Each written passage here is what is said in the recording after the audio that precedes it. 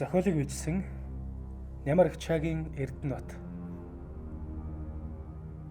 Өгүүлэгч Батсүрэнгийн Энхтэл. Зэм.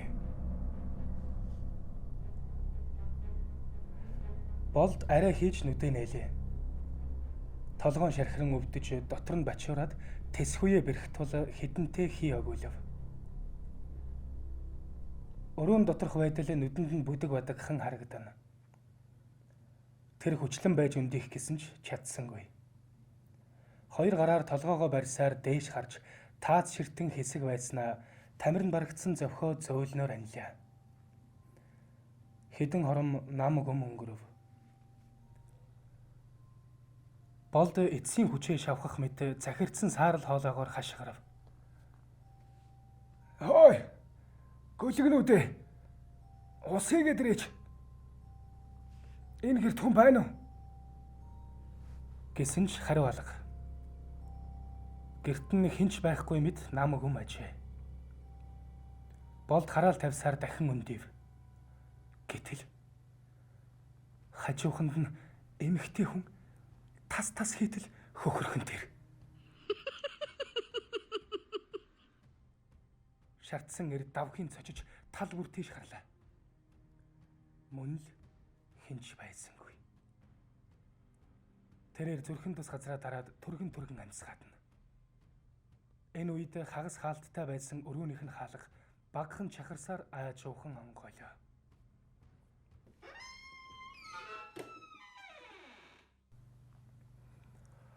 Болдын үд бүлтрэх шахам томорч хаалга руу айсан байдалтай ширтэн.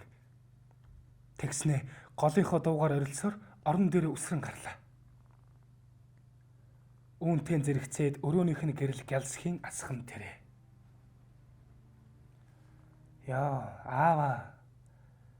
Та бүр архины солио туслаа. Шүнжин муухай орлоод одоо болчооч тий. Ямар хэцүү юм бэ? Маа.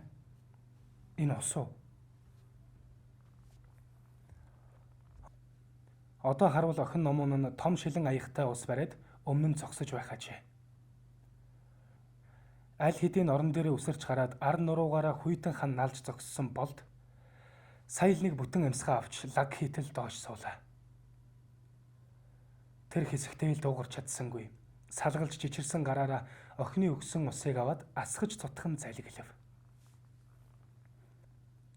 Номон охин үг дуугүй толгоос ихсэрч зогссноо аавынхаа орны хүлд суулаа. Номон аав минь дээ. Та одоо болчихж болдгүй юм гэж зөөлөн шивнэв. Багхан боловч тайвширч чадсан Болд охин руугаа харж муухан инээх хайдаад. За дуугаа. Аавыгаа тэгж болдгүй юм. Тэгээд ч аав нь ямар яахаа алдсан аригчин байгаа биш. Алив дахиад нэг усыг эдэр. Гэвэ.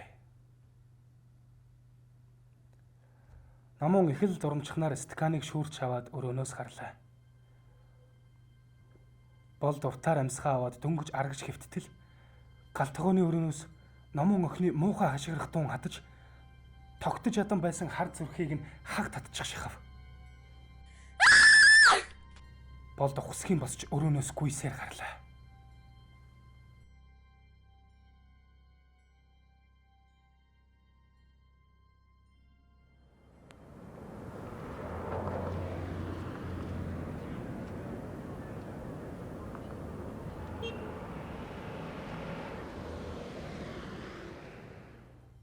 Өвлийн цагаан наран элч муутайхан ёлтойж өнөр хотын их нүргэн нэгэн хэмээр анирилна.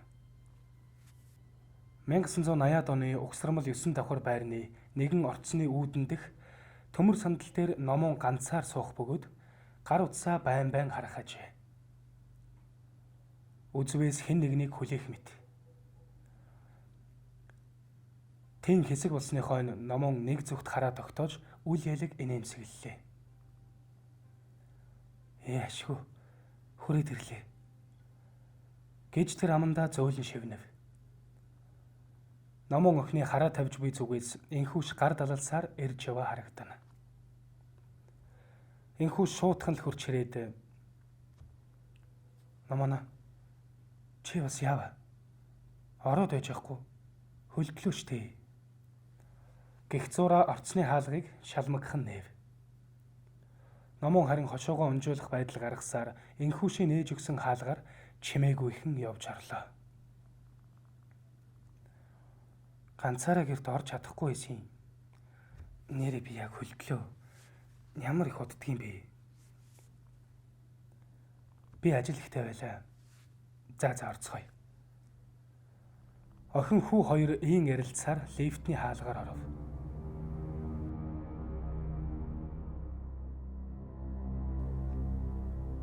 Болдын гэр дотор үл мэдэгдэх харц нисэх адил тэнвчлэн. Тэр нэг өрөөнөөс нөгөө өрөөнд улмаар хан, тааз болон тохой бүрт өөрийн дураар сэлгүүцэн.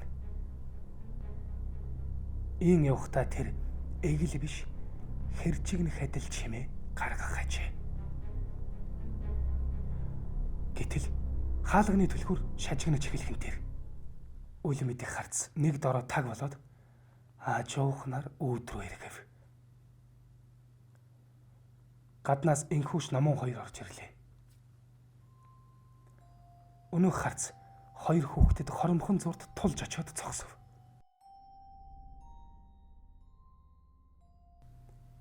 Гэхдээ тэдний хэн ч мэдсэнгүй. Энхүүш номон хоёр гадуур хувцаа тайлцгаах зураа хоорондоо ямар ч ажиггүй хэвээр ярилцсан.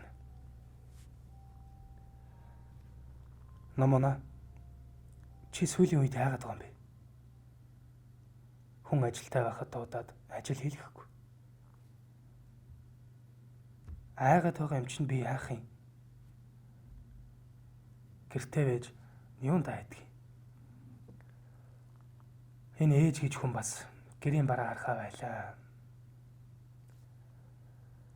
Тэд ийн ярилцсаар галтгооныхоо өрөөнд орцгов. Харин үл мэдэх харц хүүхдүүдийн араас харсаар үүдний хонголд үлдлээ.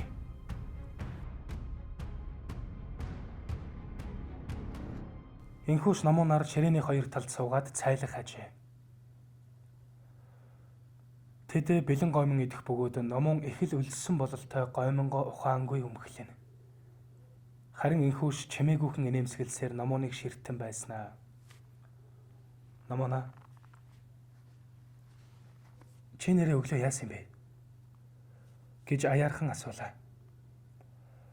Номоны царай хоромхон барайж гомонгоо идхийг болоод урагш зөөлөн түлхэв. Охин амандах гомонгоо л аажуухан зажилсаар чимээгүй сууна. Номон хэсэг тэгж сууснаа. Энхүүшээ намайг хэлвэл чи итгэхгүй л дээ гэж дуулдах төдий шивнэлээ. Энхүүш чимээгүйхэн босч номооны хажуугийн сандалд суугаад нүүрлүүн ихцлэн ширтэв. Хэлэлдээ.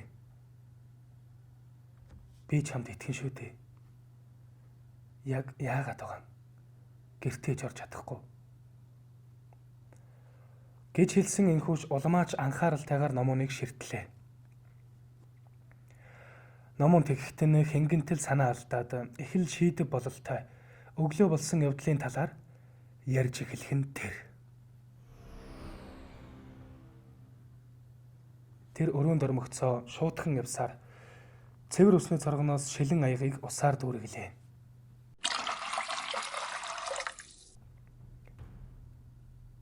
Тэгсний хойно охин октын ажиггүй эргэж харамгцаа. Нэгэн зүгт гөлрөөд яг дороо нам зогсож байгаа.